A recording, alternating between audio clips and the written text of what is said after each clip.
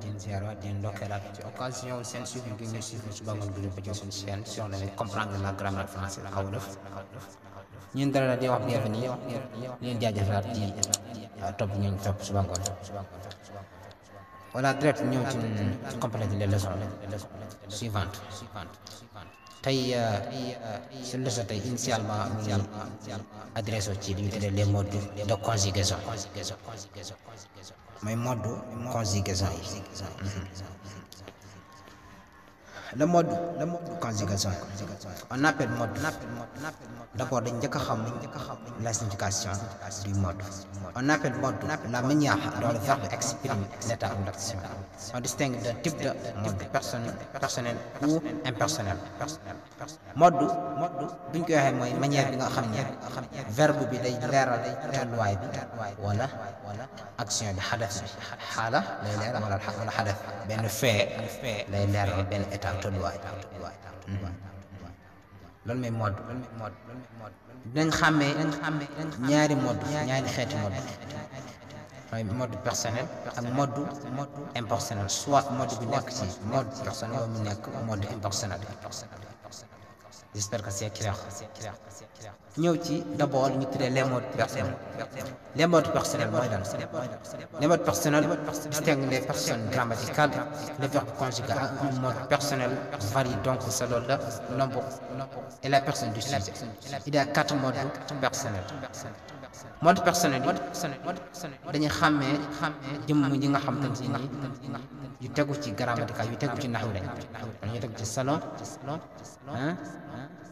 أو حسب نظام نحوي صحيح أشخاص نحويون يعني verbe bi dañ koy conjugué ci benn mode personnel boo xam ni day soppiku selon nombre de sujet bi soit mu nekk pluriel wala selon personne sujet bi soit mu nekk singulier kon verbe bi ci mode personnel boobu lañ koy conjugué mu nekk mode personnel boo xam ne day soppiku am na ñeenti mode personnel yoo xam ne yu ñu nommé lañ d'abord mode personnel l'indicatif am na mode indicatif exemple je viens tu viendras loolu mode indicatif la.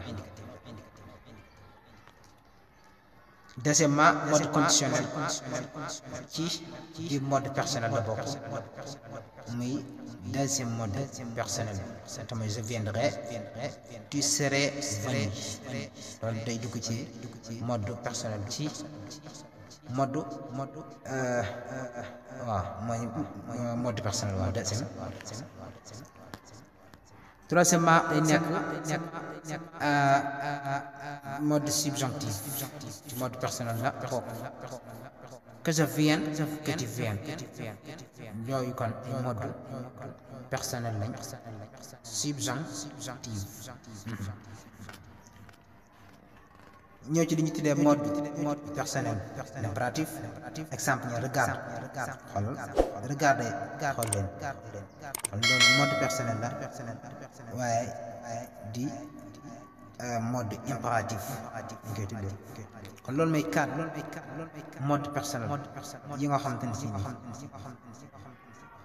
am na loolu mooy quatrième bi mooy mode impératif ñu ne am na 4 mode personnel. voilà ginnaaw bi ñu noppee ci expliquer les modes personnels automatiquement day ñëw ci expliquer li ñu tuddee les modes impersonnels. Les modes impersonnels ne distinguent pas les personnes grammaticales. Le verbe conjugué à un mode impersonnel ne varie donc pas selon le nombre de la personne du sujet. Il y a 3 modes impersonnels. Mode impersonnel ñoom duñ ràññee jëm grammatical yi ñoo tëgg ci nax de l'ashkhas nahwiyyin ñeen ñu jëm ràññee daane foofu verbe dañ koy conjugué ci benn mode impersonnel mais dañ ko conjugué ci mode personnel waaye duñ ko conjugué ci mode impersonnel boo xam ne maanaam du soppi selon nombre de sujet bi mooy ci pluriel wala ci jëmmi sujet bi wala ci singulier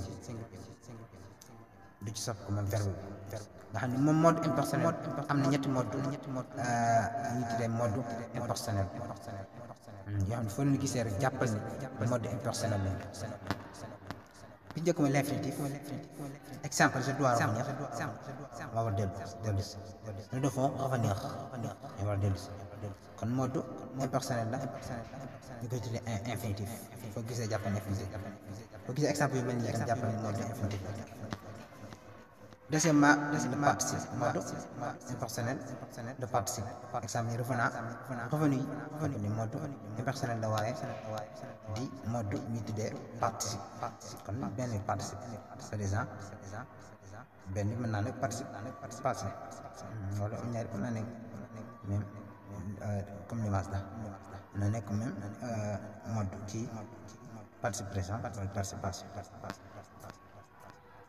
Troisièmement bi mooy le gérondif. Le gérondif mode impersonnel la en revenant mode gérondif. Voilà kon defe naa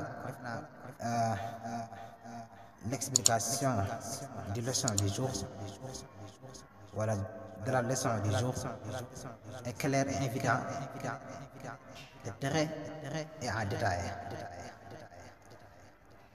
kon ñu ñëwaat tënk leen en résumé rek les modes soit nekk mode personnel soit nekk mode impersonnel yan ak yan la. les modes personnels foo gisee dafa ko déggee jàppal ni yii la ñeenti modes yi la am muy l'indicatif soit bu nekk le conditionnel soit mu nekk le subjonctif soit mu nekk le impératif. deuxième xaaj bi nekk mode impersonnel mu am 3 modes mooy l'infinitif le participe ak le gérondif. voilà kon xam naa kon suñu leçon dañ koy yemale foofu di leen jaajëfal mel ñoon di wax ni yow mi seenal fekk ne abonné ko te am na ci chaîne bi di nga mën a améliorer sa grammaire française toujours suba ngoon bës cloche notification bi mu dem déggal vidéo yi nga xam ne mooy du kat l'un n'appelle l'autre. voilà ila liqa.